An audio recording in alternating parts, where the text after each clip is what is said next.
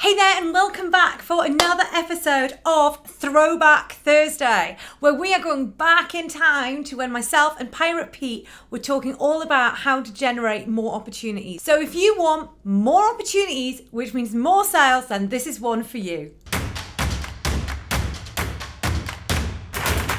Pirate Pete is going to keep time. So this is something that is a really hot topic. People are always wanting to generate more opportunities for business. Because quite often there are different things that can go wrong in our sales process. But we've got to start right at the beginning. Are we actually getting opportunities through and into our business?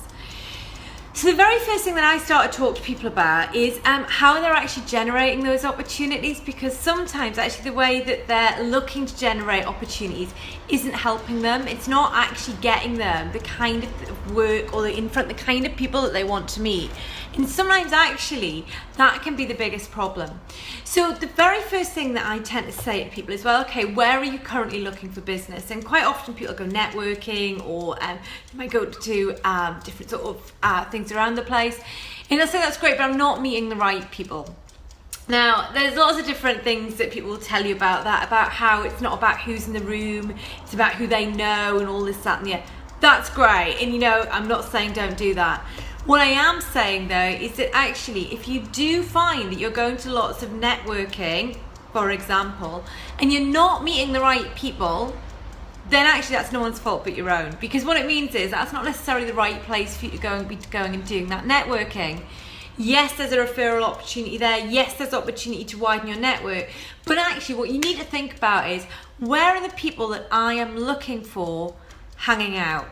And if they're not hanging out in your networking groups, then you have to question how much of your time you spend there. So what I would be saying is, all right, well, think about where your prospects or where you feel your opportunities may be sitting. Where are they? Where are they going? Where are they networking? Where are they meeting people? For myself, I actually deal with some corporate businesses, and quite often they're not going to small local network groups. Where they are going is they're going to industry events, so industry specific events. They're going to events that are run by the governing bodies that they're involved with. So I'm a member of the Institute of Sales and Marketing Managers, because I know if I go to those events, who am I going to meet there? I'm going to meet other sales and marketing managers.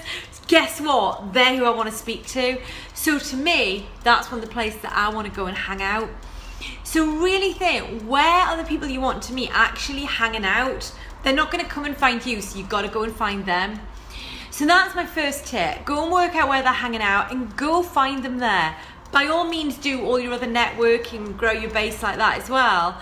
But actually, you want to try and get in front of these people, go and find out where they are. And that brings me up my second top tip, because my second top tip is that you should really go and work at events. I love events, because events are a brilliant way not only to widen your connection base within your own industry, but they're a great way to meet people. Now, I have to say, if you're going to go to events, I would not recommend going around and trying to sell onto people's stands. It's really, really rude. So either get a stand yourself where you can openly promote and sell yourself. Yes, thanks for the heart. It's rude going around and selling to people who've paid to be there to sell to you. They've paid for that privilege. So it's really disrespectful to take up their time to try and sell to them. By all means, have a conversation, start to build a relationship, fine.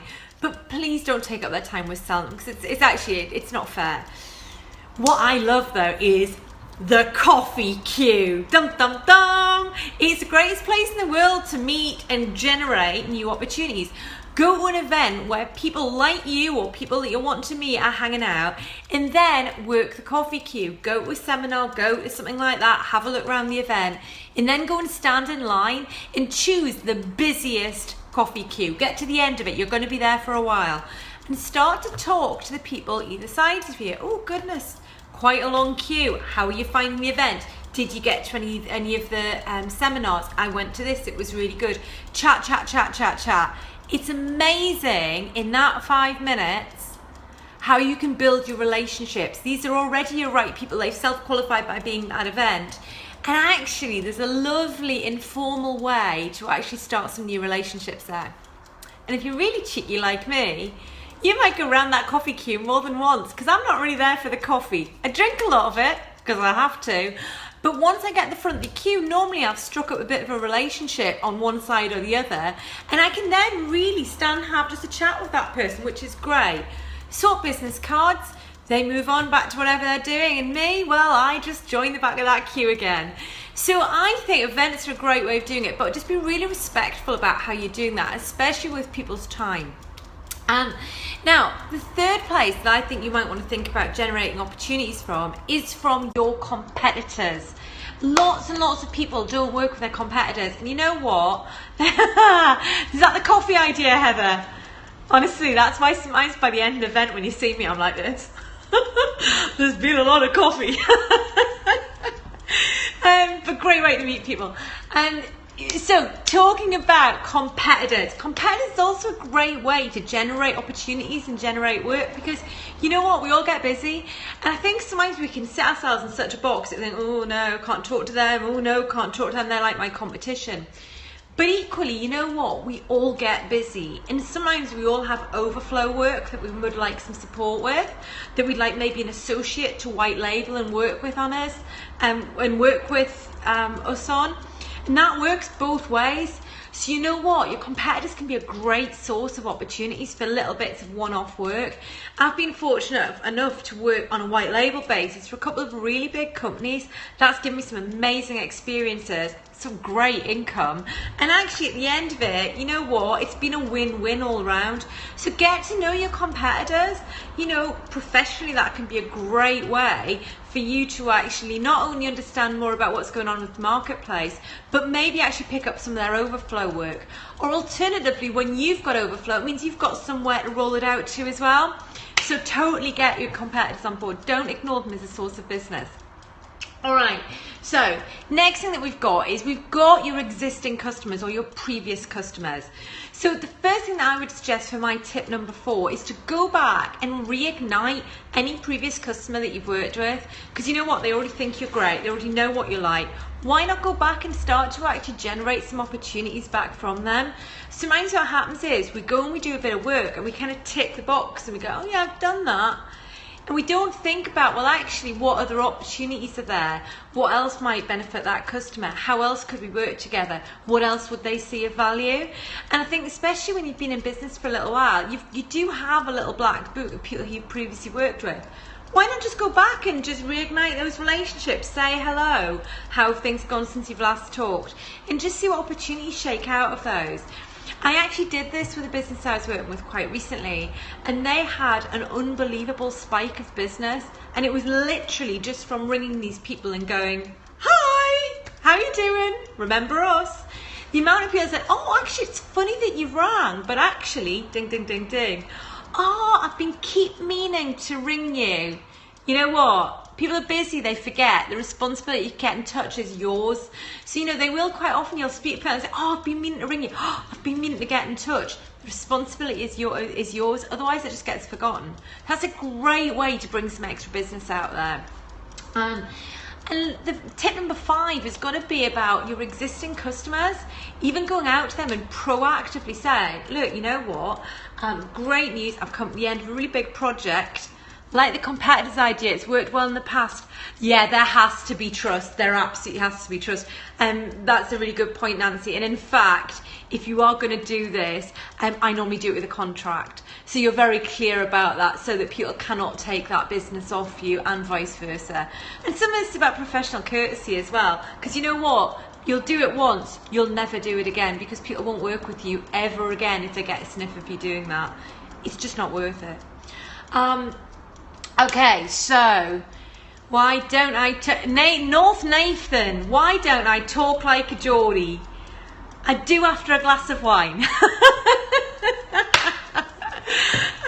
Okay, so our next point is all around referrals. And this is about going out to existing customers or even previous customers and saying, look, you know, I've come to an end of a contract, I've got a little window of opportunity in my diary and I'd love to start working with some new businesses. Is there anyone in your contact base who you think it would be, you know, I would be a good contact for, or or where my approach might be a good match? Ask the question. You know what, we get all like shy. Oh, I couldn't possibly do that. Ask the question. Because you know what? Not only are your customers your greatest advocates, quite often they're huge fans. You know, I'm really lucky, and I'm sure you guys are as well. Oh! Okay. Counting in, it is, yeah, in the 10 minutes. Sorry Nathan, this is Pirate P, he keeps us to time. He's hopped off the tall ships and stayed with us after this weekend. So yes, that last point. So, you know, go back and ask for those referrals, because quite often they're your greatest advocates, they're your greatest fans, and they can see this as a win-win, because not only can it be something that they can support you in, but actually it can be great for the supplier or the colleague that they're actually putting you in touch with. So those are my 5 top tips to actually go out and generate more opportunities today. You know what, even if you just take away one of those, I know it's going to make a difference for your business. And if some of those things has given you some stuff to think about, I'd love to hear about how you're thinking of implementing it in your business. So before you dash off to generate those opportunities, there's one last thing you need to do. Just hit that subscribe button and ring that bell to make sure that you're notified next time we upload. Thanks so much for watching us today, and remember, be sales-tastic.